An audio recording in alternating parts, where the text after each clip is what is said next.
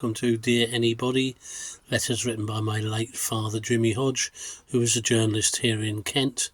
I'm his son Kevin. Jimmy passed away sadly 2 or 3 years ago, and I'm trying to read a letter a day that were written in 1999 to mark the start of the millennium.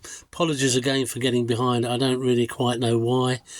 You wouldn't believe just how hard it is now to seem to make time to do something which is relatively simple and straightforward. But I'm trying to combine 2 days into one again. So yesterday the 6th and today the 7th.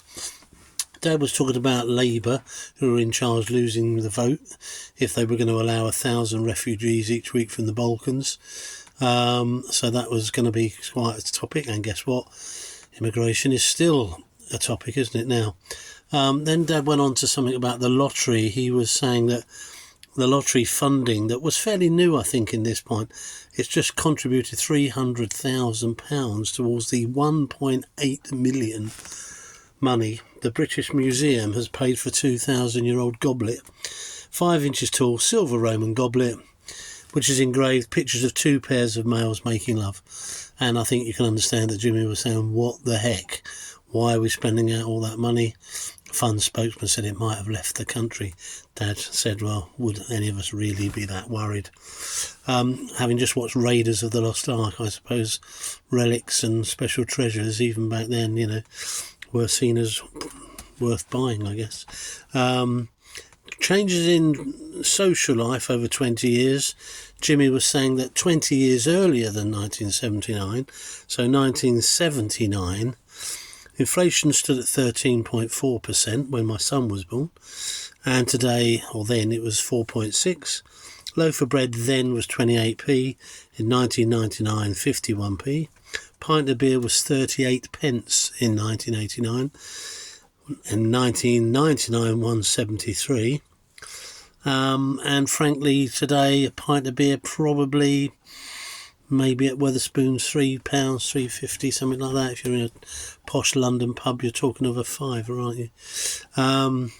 Said in 1979 you would not have found any households in possession of videos or compact discs. Today the figure stands at 82 and 58%, respectively. So videos, although of course video now gone out with the whole streaming side of things. Someone had brought out the Chew Brush. Now I've used one of these, so I can vouch for they're quite fun. You normally find them in the vending machines at service stations, I think. Someone invented a sort of chewable toothbrush. It's in a little ball, isn't it? You take it out, you put it in your mouth, you chew around it, and it's meant to help clean your teeth. Never quite convinced, but quite a nice thing. On to the 7th of May. The Balkans, still obviously a big topic, the Balkan War. A hero of World War II, someone called Major John Howard, led the D-Day invasions. Well, we had VE Day on Monday and another official day on Thursday.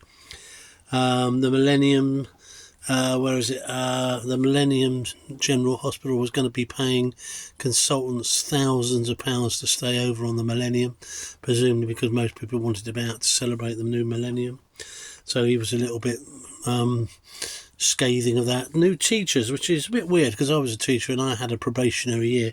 Jimmy said that they're going to be placed on probation for their first year in the classroom. So I'm pretty sure that when I started in 78, I was on probation for a year and there was no sort of free pass, and I think most teachers had a probationary year, well known. So I'm not quite sure why that seemed to be news in 1999. Some disturbing statistics, my dad said today. Some children spend up to 7 hours a day watching television programmes, and Jimmy was saying when he's walking the dog, kids seem tired. Now, actually, I'm sure that's probably increased, and with the advent of phones and tablets, I hate to think how many hours a day kids are on tablets for. Our little 5-year-old granddaughter, was around yesterday, and she can handle a tablet, well, in fact, she's only 3, sorry. She can handle a tablet, knows exactly how to move it up and down and all the pictures. Amazing. And in 1999, a statistic came out that for the first time, more households in Britain contain television than books. So that was an interesting thing. A PS, 40 years ago, newlyweds Jack and Sue Wilkins spent their honeymoon in a cottage at Exmouth in Devon.